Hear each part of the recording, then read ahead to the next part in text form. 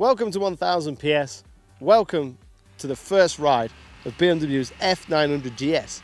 Now, we've already ridden this bike on the world launch in Spain, but now we get a few days here in the Austrian Alps to put the bike through its paces.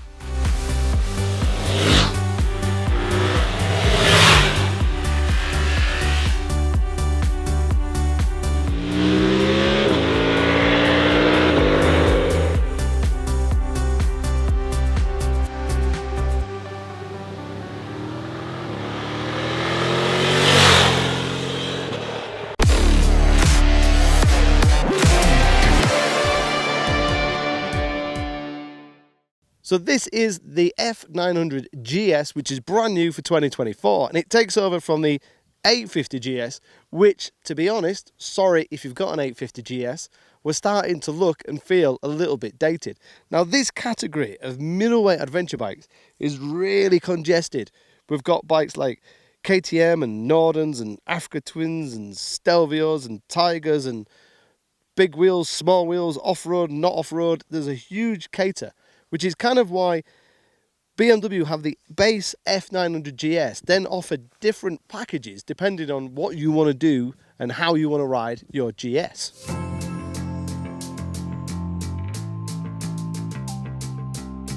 So for example, we have the F900 GS with an abundance of accessories. So in the UK, the base bike starts at 11,995.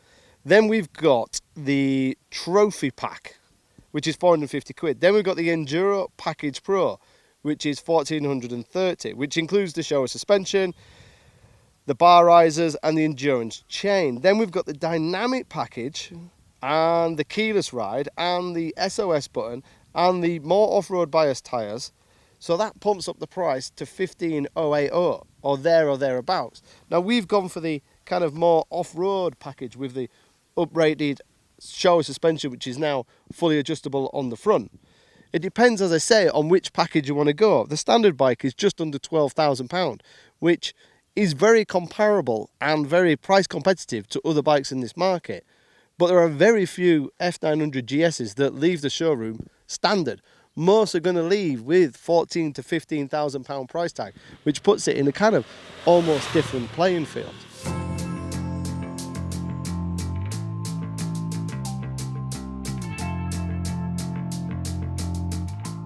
But price aside, what have BMW done? Well, they've had the 900 parallel twin in other models around for a few years now, so it was pretty obvious they was going to put it in a GS and get rid of the 850 GS.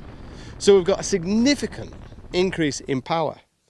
So we're at 105 horsepower, which is 10 more than the old 850, at 8,500 RPM, and we've got 66.6 foot-pounds of torque, or 93 newton meters, at 6,500. So throwing a bigger engine in a GS is obviously increased their weight. Well, no, it hasn't. It's actually 14 kilograms less than the old 850 GS.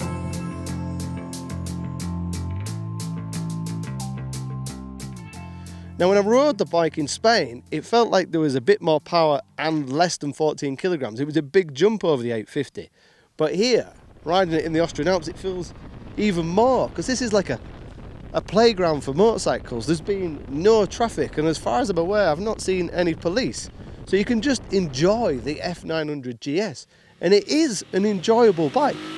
Let me say that again. It's an enjoyable, fun bike to ride, which you could never really say about the 850, and BMW have just increased the fun factor. They've even given me a little switch here that lets me turn off the traction on the move and, should I wish, perform one-wheel antics, which I've obviously only done on a closed road for legal reasons or whilst riding off-road. But it's such an enjoyable, flickable, easy bike to ride.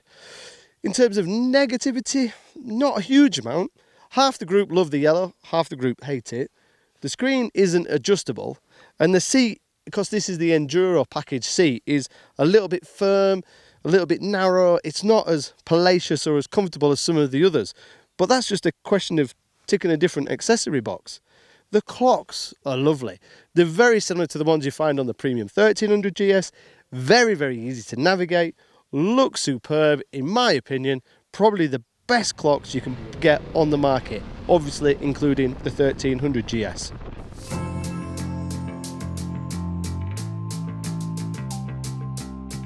In terms of styling, I think it looks great. I think this is one of the best looking bikes in that middleweight class. I think BMW styling guys have done a premium quality job. There's loads of lovely little parts of this bike that I really enjoy. It just feels like a quality bike. It feels like a bike you're going to own for years, and it's still going to look like this in 6 to 10 to 15 years. So to sum up, for me, BMW have made a big improvement over the 850, but they were always going to do that because the 850 was starting to feel a little bit dated and a little bit old, but they've made a big improvement. Here in the hills, in the Alps, in Austria, it's lightweight, it's nimble, it's fun, it's agile, it's punchy, it's everything I want from an adventure bike.